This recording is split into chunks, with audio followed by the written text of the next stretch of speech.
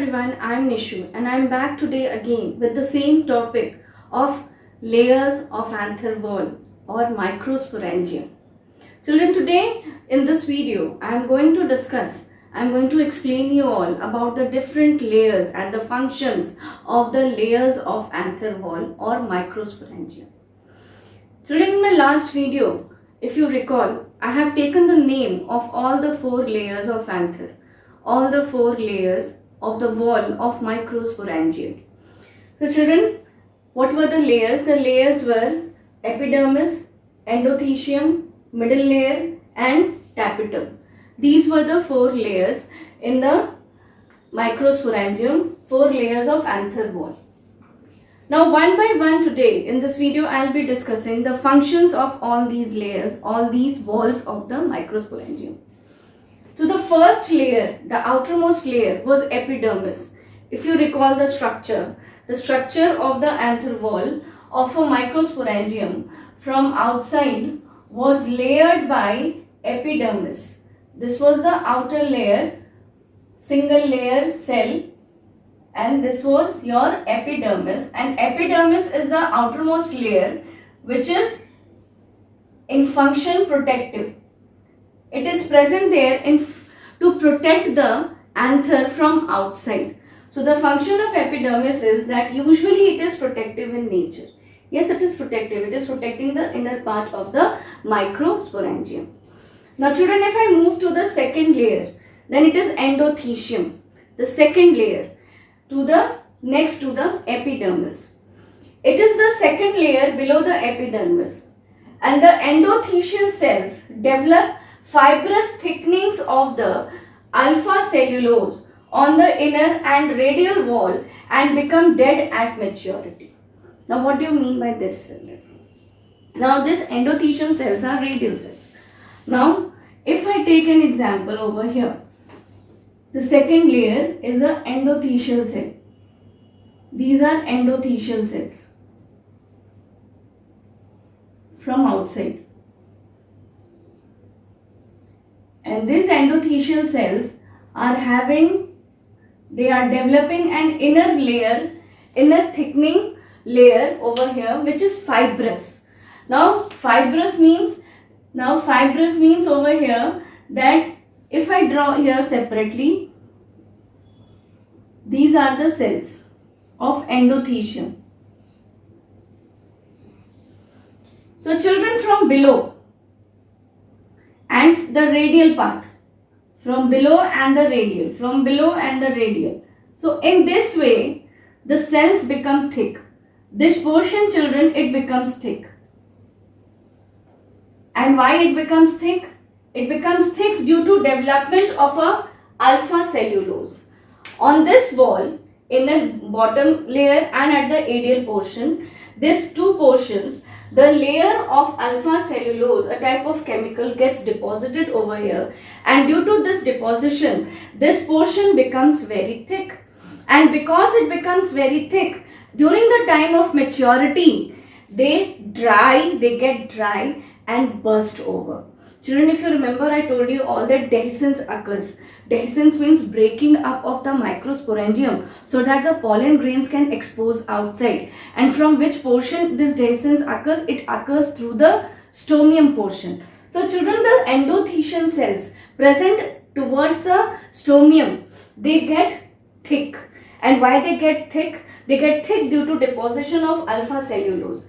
And this deposition of alpha cellulose makes the inner and the radial part of the cell thick. And due to its thickness, the cells become dry. It do not allow the water to pass through them. And when the water will not be passing through, the nutrient will not be passing through, the cells will become dry. And hence the cells become dry. The cells gets burst over. The cells of endothecium layer, they breaks, and through this portion of the stomium, dehiscence occurs during maturity and the pollen grains are exposed out into the atmosphere. So children, this second layer of the anther wall, it is fibrous in nature. They have a fibrous thickening in the inner and the radial portion of the cell, due to which your cells become dry and they break during maturity. Children, this was about endothelium. Now let us move towards the middle layer. Now this is the third layer, children, middle layer. Now the first was epidermis, endothelium, and next to endothelium, the third layer is middle layer. Now this middle layer is 2 to 3 cell layer thick. Now what do you mean by 2 to 3 cell layer thick? 2 to 3 cell layer thick means that the layer 2 to 3, these are the cells. If you remember the final diagram of the microsporangium in my last video which I have explained, you might have seen there that 2 to 3 cells layer thick area is formed. So this is your 2 to 3 cell layer. I am making 2 layer cells. This is your 2 layer cell thick. So this is the third layer also.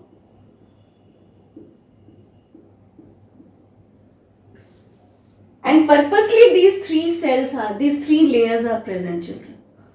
It is a thick layer made up of 2 to 3 cells. And purposely it is meant. And what is the purpose? Cells of middle layer degenerates to provide nourishment to growing MMC. What is MMC? Mother microspore cell.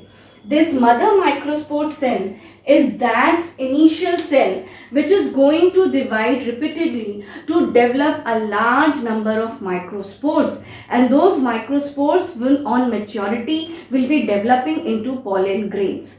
So these mother microspore cell, that initial present cell inside the sporogenous tissue within the microsporangium, if you remember that chamber, microsporangium chamber, after completing all the layers, when inside that sporogenous tissue chamber is formed, that microsporangium is developing by the sporogenous tissue, and from that sporogenous tissue any one cell of the sporogenous tissue behaves like mother microspore cell. Any one cell will start behaving itself like a mother microspore cell, your MMC, and it will be dividing furtherly into large number of microspore. So children, these 3 layers of middle layer on maturity, they degenerates, and their degeneration helps in providing nourishment to the microspore mother cell, so that this initial cell can take nutrition and they can develop, they can divide to form a large number of cells called as microspores. And children, these 3 layers cannot directly supply the nutrition to the cell, to the developing microspore. There is another layer called as tapetum. This tapetum is directly involved in the supply of nourishment, supply of nutrients to the development of the microspore. These are directly involved, but these are indirectly involved. Tapetum is taking nutrition from the middle layer. What it is written here, see. Cells of middle layer degenerates to provide nourishment to growing MMC, mother microspore cell. Then that is tapetum uses the 4th layer, tapetum. Tapetum uses middle layer by absorbing food from them. This tapetum is utilizing middle layer, and how it is utilizing? It is utilizing by absorbing food from the middle layer. Tapetum is absorbing the nutrition from the middle layer, and after absorbing food from them, they provide nourishment to the sporogenous tissue cells, that is MMC of microspore.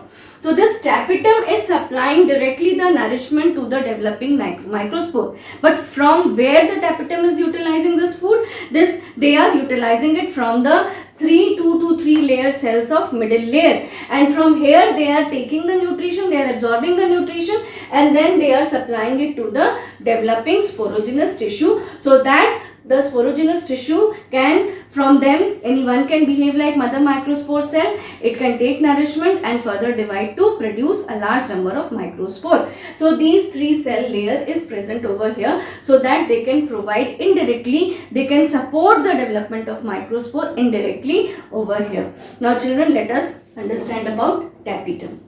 Tapetum. Children, tapetum, it performs a large number of functions. there are many functions, because this is the fourth layer, and very important function, one of the important function of tapetum is that it provides nutrition to the growing microspore mother cell. This is one of the most important function. But beside this also it plays very other important roles over here. So it performs a large number of function. It is nutritive layer in function, you are knowing it. Provides nutrition to the developing microspore mother cell of microspore. It provides directly nutrition to the developing microspore mother microspore cells of the microspore by absorbing nutrition from the middle layer of the anther wall. Now this is single cell thick layer. This is single cell thick layer. What do you mean by this? If children, this is your in center, this is your microsporangium. So from outside, it is a single layer cell from outside which is providing nutrition to the developing microspore over there. You can see that how nearby cells it is to the microspore. Here your sporogenous tissue is present, microsporangium, where your mother microspore cells are there. So from here your sporogenous tissue, any one cell will be behaving like mother microspore cell, and that mother microspore cell will take nutrition from tapetal cell and they will develop into microspore. This tapetum cell will be absorbing food from the third layer, middle layer, so that it can directly provide nutrition to the developing microspore inside. And this microspore can develop into future in maturity your pollen grains. So children, this was written here. Then what is written? Cells of tapetum secrete hormones and enzymes. There are different type of enzymes and hormones also which are secreted by your tapetum cell. I told you that tapetal cells are of different types and they are having multiple number of functions. So this we will be knowing little bit later, but you know here that in the introductory part of tapetum that cells of tapetum secrete hormones and enzymes too. Then tapetum layer disappears in the mature anther. This is also important. As I told you that the endothecium layer during the dehiscence time, when they burst, at that time only children, when the pollen grains are developed inside the microsporangium, this tapetum cells also get burst. They also get breaks up. They disappears. So this tapetum cell, they disappears. Their whole function is utilized. Their function was of the tapetum was to provide nutrition to the developing MMC, to the developing microspore. So when the complete nutrition is absorbed by the tapetum, then the role of tapetum gets over and the tapetum disappears in the mature anther. Mature anther means when the microsporangium, when the anther is developed now and they are ready to expose pollen grains into the atmosphere. During that time, during the maturity of the anther, this tapetum layer gets disappeared, endothecium, they burst, they break, and the dehiscence occurs and the pollen grains are exposed. So children, now let us move ahead to know the nuclear behavior of the tapetum cell. I told you there are multiple functions. So now let us know the nuclear behavior of the tapetum cell. Children, in your NCERT book, page number 21, a question has been asked that how a tapetum cell can become a binucleate condition. Now we are going to answer to that question and understand that how the tapetum cells are becoming binucleated. Binucleated means within a tapetum cell, two nucleus condition is becoming. Two nuclei are forming. So such answer to such questions we are going to get over here. So we are going to discuss the nuclear behavior in tapetum cell. Children, tapetum cells may have a very prominent nucleus that is diploid. Cell is having a diploid nucleus within it. Or they could be binucleate or multinucleate, or their nucleus may become polyploid due to aneuploidy. It means that, this sentence means that it is not necessary that always the tapetum cell will become binucleate. The cell can remain a prominent nucleus by having a diploid 2n number of chromosomes. It can become binucleate condition It can become multinucleate. Many nuclei can be developed within the tapetum cell, and hence it can be a polyploidy condition, means a number of chromosomes can be present in them. And why it is? It is due to the condition called as aneuploidy. Children, while discussing your inheritance chapter, there I will be telling you what is monoploidy, what is aneuploidy. So here, due to the aneuploidy conditions, all such cells, all such nucleate conditions can take place within the tapetum cell. So how this is happening? I told you it is because of aneuploidy. So children, two common abnormalities occurs in tapetum cell at the time of nuclear division, which are as follows. Now the conditions will be developed over here. Two abnormalities occurs during the nuclear division. When the nucleus division within the tapetum cell is taking place, during that time two abnormalities occurs, and due to this two abnormalities, aneuploidy, due to these two abnormalities, your tapetum cells may become binucleate or it may become polyploidy condition. So what are the abnormalities? Tapetum cells may be multinucleate condition when mitotic nuclear division is not followed by wall formation. Wall formation means cytoplasm is not developing into a cytokinesis is not taking place. Cell wall formation is not taking place. Only nuclear division is taking place. Only the nucleus is dividing. During what? During mitosis. During mitosis, your cell division takes place and your wall formation doesn't take place. Only the nucleus divides and your tapetum cells may become multinucleate condition.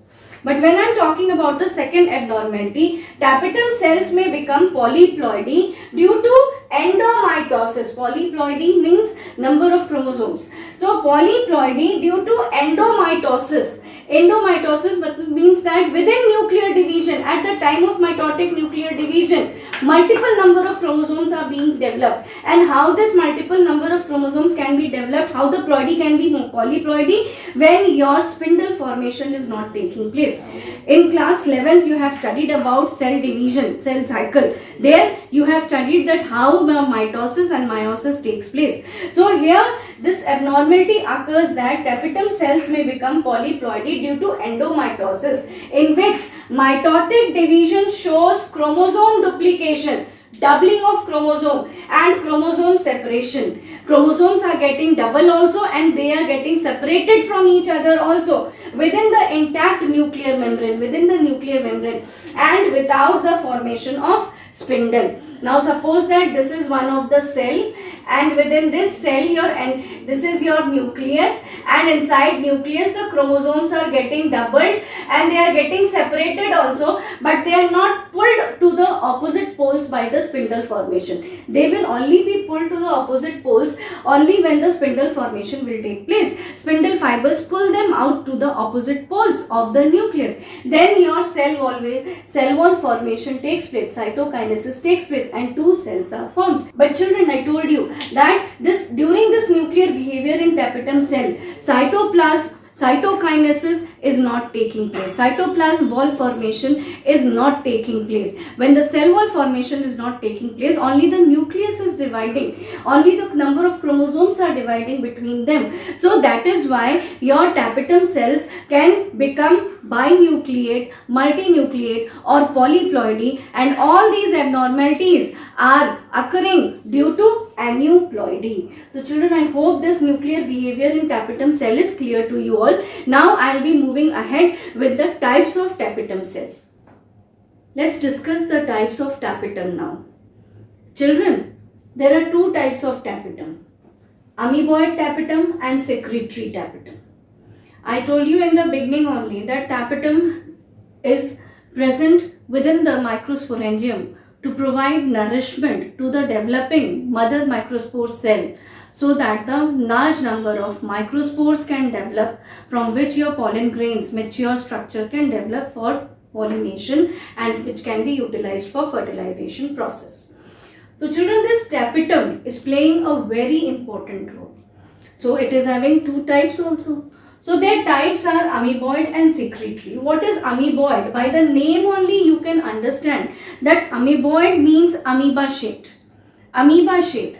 So it is also called as invasive or periplasmodial tapetum.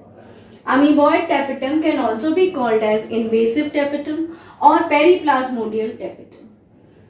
They show movement like amoeba. How amoeba moves very slowly within the water, very slowly they keeps on moving. So yours by the movement. So they show movement like amoeba and enters to each layer of sporogenous cells to nourish them. So your amoeboid movement, it means that amoeboid tapetum is a tapetum which can move. And it can move where? It can move within the sporogenous cells, within the microsporangium. Children, if this is your microsporangium, and within this microsporangium, this sporogenous cells are present, which will be developing into mother microspore cell and your microspore. And from outside it is having your cells of tapetum. So these tapetum cells are of two types. These tapetum cells are of two types. Now, what are they? One is your amoeboid tapetum. And this amoeboid type of, suppose children, this is your amoeboid tapetum. This amoeboid tapetum has the property that it can move inside. It can move inside the microsporangium. So, these amoeboid tapetum, they move within the microsporangium to nourish the sporogenous cells, to give nourishment to the sporogenous cells. So they can move inside and then they can go back to their original position again. So they have a movement, amoeboid movement. The second type of tapetum is secretory tapetum. The secretory tapetum is also called as glandular tapetum or parietal tapetum. It is also called as glandular tapetum or parietal tapetum. Parietal tapetum, why? Because it always remains outside the microsporangium. And glandular, why? Because it is in form of glands, glandular structure it is, and these glandular structures are responsible for secretion of different type of chemicals.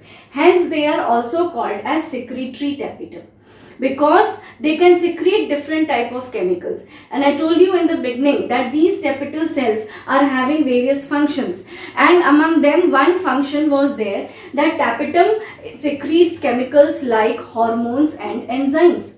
So different type of hormones and different type of enzymes are being secreted by the tapetum. Hence they are called as secretory tapetum. And these secretions are present where? Within a gland-like structure. So it is also called as glandular tapetum. And hence they do not move. They always remain outside the microsporangium. That is why it is called as parietal.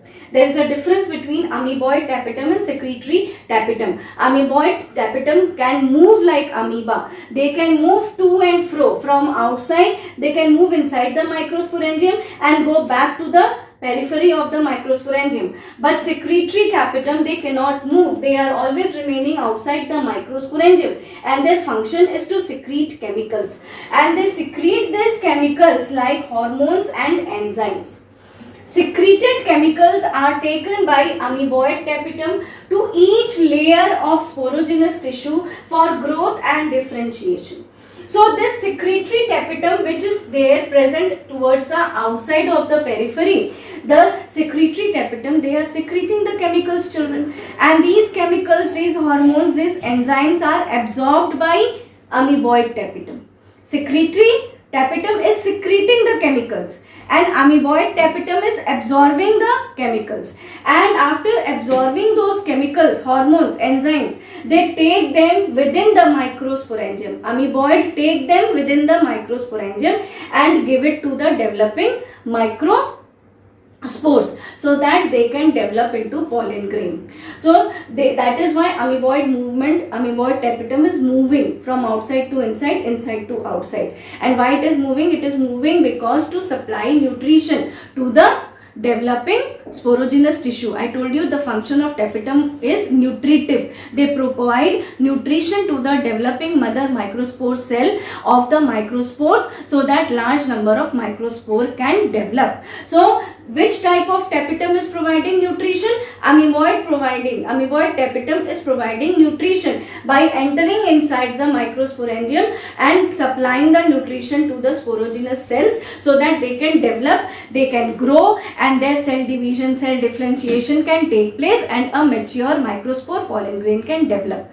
But who is secreting the chemicals? Secretory tapetum is secreting the chemicals.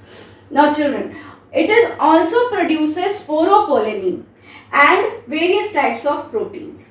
Now these are other two types of chemicals. Sporopollenin, when your macrospores develop and they develop into pollen grain. So pollen grain is having a outer wall. This is a pollen grain and this pollen grain is having a outer wall. So this outer wall is made up of sporopollenin.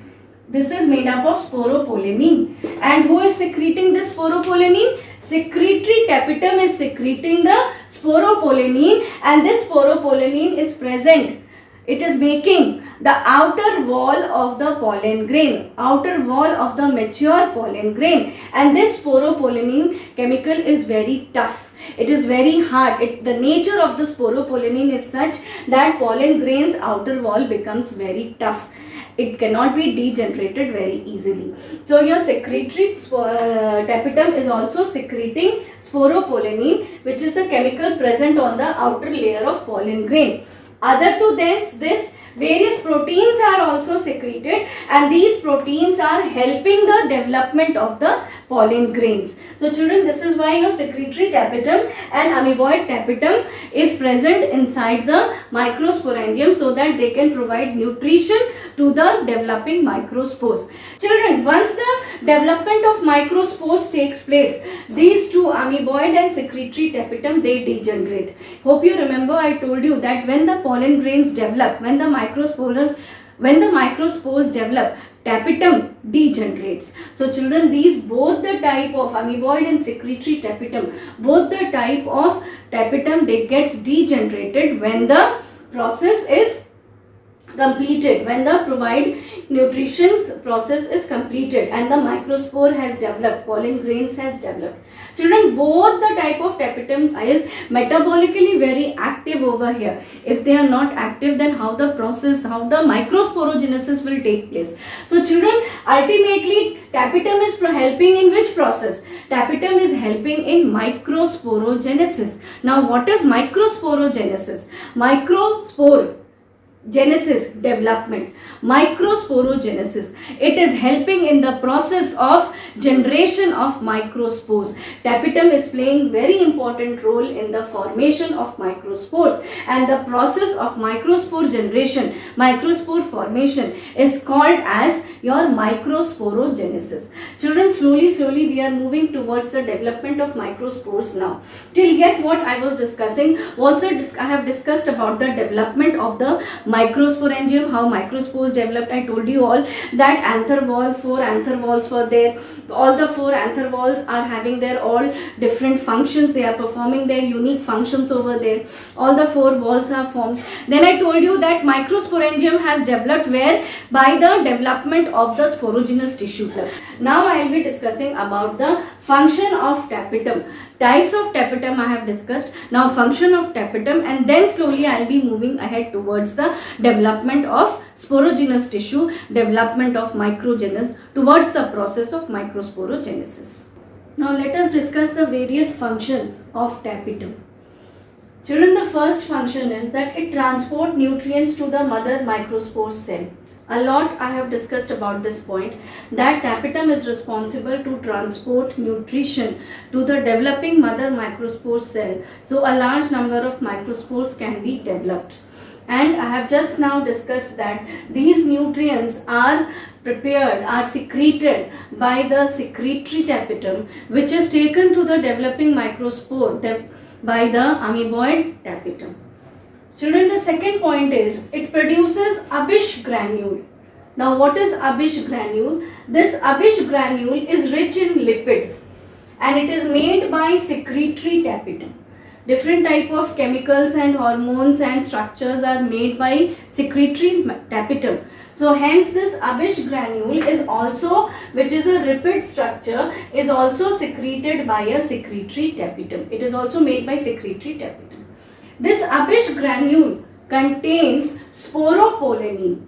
Sporopollenin is a chemical which is helping in the formation of outer layer of pollen grain. So this Abish granule rich in lipid is containing sporopollenin, so that the exine layer formation, the outer layer of the pollen grain, can be formed. The outer layer of pollen grain is called as exine. So this exine formation can take place by the help of sporopollenin chemical, and this sporopollenin is prepared by Abish granule. And what is Abish granule? Abish granule is rich in lipid and it is secreted, it is made by secretory tapetum.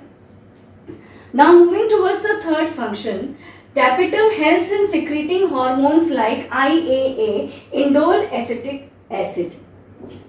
It also secretes proteins for compatibility reaction. Now what is compatibility reaction? You will not understand now. I will be explaining this in the next part of the video when your pollen pistil interaction will be explained. At that time you will understand that compatibility reaction means that reaction, attraction of a right type of pollen on a right type of flower. All the different type of pollens cannot be attracted by all the different type of flowers. A specific pollen will be falling down on the specific pistil, and then only pollen pistil interaction can take place. Then only pollen tube formation can take place. So these proteins which are secreted by tapetum, they confirms the compatibility reaction, that is to grow right type of pollen on the right type of flower. It also helps in forming pollen kit. Pollen kit is also secreted by tapetum. So this pollen kit is a oily, sticky covering of lipid and carotenoid. It is a chemical. Lipid and carotenoids are the chemicals, and these two chemicals are secreted by the tapetum layer, and hence this tapetum is helping in making pollen kit, and this pollen kit helps during the pollination in the entomophilous plant. Entomophilous means the pollination which is taking place with the help of insects. So in the entomophilous plants, the pollination can be attracted by the insects, and the structure, this pollination is helping, the spreading up of pollen grains is helped by the pollen kit. Then it secretes a callose enzyme. This enzyme is secreted by amoeboid tapetum for the release of pollen grains from a tetrad by dissolution of callose wall. Callose wall is secreted by mother microspore cell. Children, for now you just know this point. This point I will be explaining when the pollen grain structure will be explained. When the structure of pollen grain, how the pollen grains are formed, how the microspore is developing, at that time you will be understanding this last point, that your tapetum secretes a callase enzyme, and which is helping to release the pollen grains of tetrad by dissolution of callose wall. Children, these was all about your tapetum. Now I will be moving towards the description of the sporogenous tissue, and this sporogenous tissue will be helping in the process of microsporogenesis. Till now I was explaining about the development of the microsporangium, that how microsporangium, how the anther is being developed, what are the different layers, what are the different walls of the microsporangium. I was discussing about all those things till yet. Now I am moving to the next part, innermost part of the microsporangium, that is sporogenous tissue, and this sporogenous tissue is only responsible for the formation of microspores. That means it is responsible for the process of microsporogenesis. So now I am moving ahead with the development of sporogenous tissue. Now children, let us move towards the development of microsporogenesis, development of sporogenous tissue within the microsporangium. Children, I have drawn here the diagram as well as the flow chart also I have shown. What did I show here? That the first is young anther. Then in young anther, hypodermal cells were developing into archisporial cells. Just recall the things. Quick revision to the previous things what I have taught. In young anther, archisporial cells was formed from the hypodermal cell. From the archisporial cell, two cells were formed, primary parietal cell and primary sporogenous cell. The development of anther wall from the parietal wall we have done. Now we are moving towards the sporogenous cell. So primary sporogenous cell is developed. Then this primary sporogenous cells develop into sporogenous tissues, and this sporogenous tissues occupies the whole central part of the microsporangium. Now this sporogenous tissue undergoes microsporogenesis process by mitosis cell division. Microsporogenesis means the process of formation of microspores, and the process of formation of microspores takes place by the process of cell division, mitosis. A large number of sporogenous tissues will be formed. Equational division takes place by mitosis and large number of sporogenous tissues are formed under the process of microsporogenesis. Now children, after the microsporogenesis, after large number of microspores are the sporogenous tissues are formed, now any one cell of the sporogenous tissue will start behaving like mother microspore cell. And this mother microspore cell will be undergoing now cell division, meiosis. Meiosis first and meiosis second. And after undergoing the cell division meiosis, this mother microspore cell will be forming a tetrad of microspore. What is tetrad? 4 microspore cells will be formed, but they will be stick to each other. They will be attached with each other. Tetrad, pollen grains, microspores will be forming 4 haploid microspore. After undergoing meiosis first and meiosis second, this mother microspore cell will be forming tetrad, 4 microspore cells. They all will be attached to each other. Children, this tetrad microspore cells, when they are in the form of tetrad form, they develop an internal wall in between them, and this internal layer is developed by a chemical called as callose beta-1,3 glucan. Children, later on, this layer of callose beta-1,3 glucan, they get degenerate. It breaks the plasmodesmatal connections in between the 4 tetrad cells of microspores, and then your microspores get separated from each other, and rounding off of the microspore takes place, means the round shape. The microspores takes a round shape, so rounding off of the individual pollen grain microspores takes place. Now children, this was theory. Now let us try to understand with the diagram.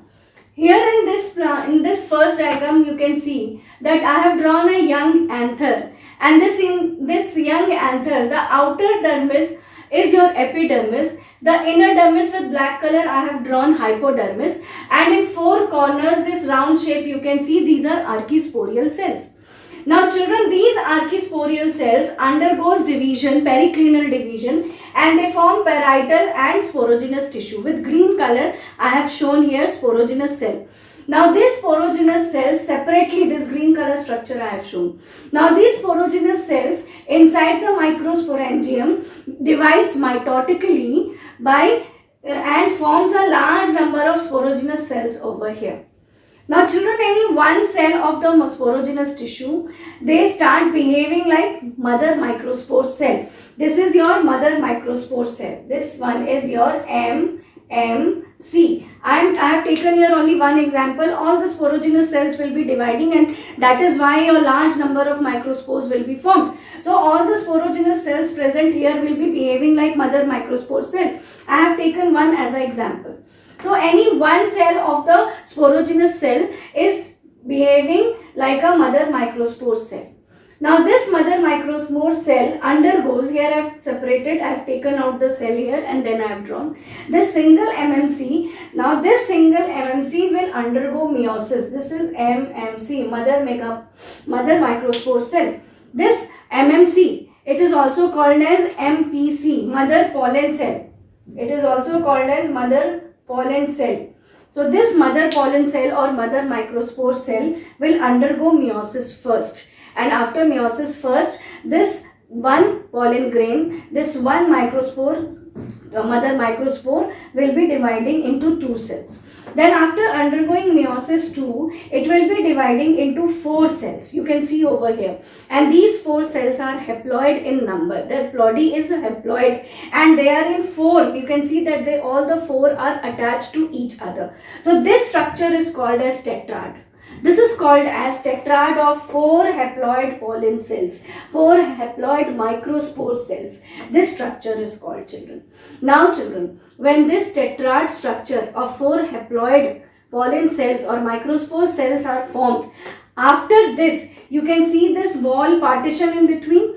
So in between this partition, an internal layer of a chemical is formed, and this internal layer of a chemical formed by callose beta 1,3 glucan. And children, all the 4 tetrides are connected to each other by a plasmodesmata. Hope you remember what is plasmodesmata. In the cell chapter you have studied in class 11th, that your plasmodesmata is the in-between connections through which the cells can transfer their material to each other. They can communicate with each other. 2 cells can communicate with each other by plasmodesmata.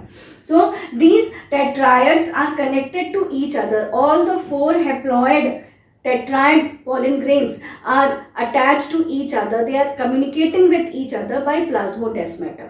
And children, within this, when internal layer of callose 1,3 glucan is formed, then this chemical helps in breaking down that internal wall. It breaks the plasmodesmatal connection between the cells and the tetrad condition of the pollen mother cell. They breaks and they get separated from each other in this way. All the 4 tetrides, they get separate from each other and they are all separated microspore or pollen grain structure.